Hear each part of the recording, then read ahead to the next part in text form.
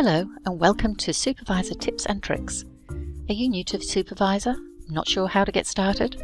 Well, you've come to the right place, because today I'm going to explain what types of data can be loaded into Supervisor, and I'll show you how to do it.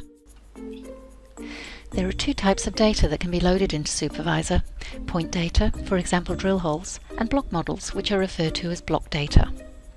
Supervisor can import from a variety of sources, including comma-delimited or fixed-width text files, SQL databases such as Microsoft Access, and mining software including Datamine, Vulkan, Micromine, and Serpac. Now there are a couple of ways to load data. The first method involves clicking on the Add Data button located on the main toolbar. This shows a list of your recently selected choices.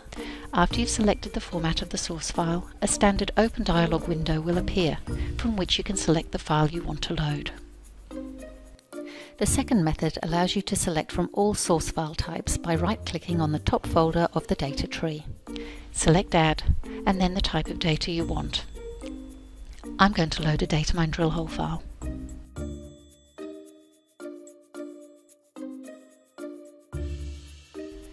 Once you've selected the file to load, the Data Loader window will automatically be displayed. This is where you define what columns you wish to import, how you want to group the data, which is covered in another video. You can also define whether you want a live link to the data file or you want it detached. You can reselect a file, refresh the mapping, and load the data, all from this window. The column definition table is automatically populated when the source data is selected. Initially, the column properties are a best guess from the information found in the data source. Although each column of your data can have many properties, you usually only have to set the import column and mapping type fields. It's also possible to change the column definitions after loading if you need to. Now, if Supervisor's best guess is incorrect, you can easily change the mapping type from the drop-down menu. Use the checkboxes under the import column to specify what data to load. Whilst it's not necessary to load the data coordinates, you will need them if you're wanting to view the data in the 3D viewer or generate grade trend plots.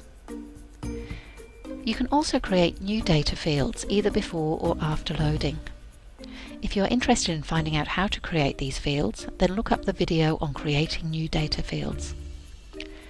Once you have completed the column definition table, select the Load Data button.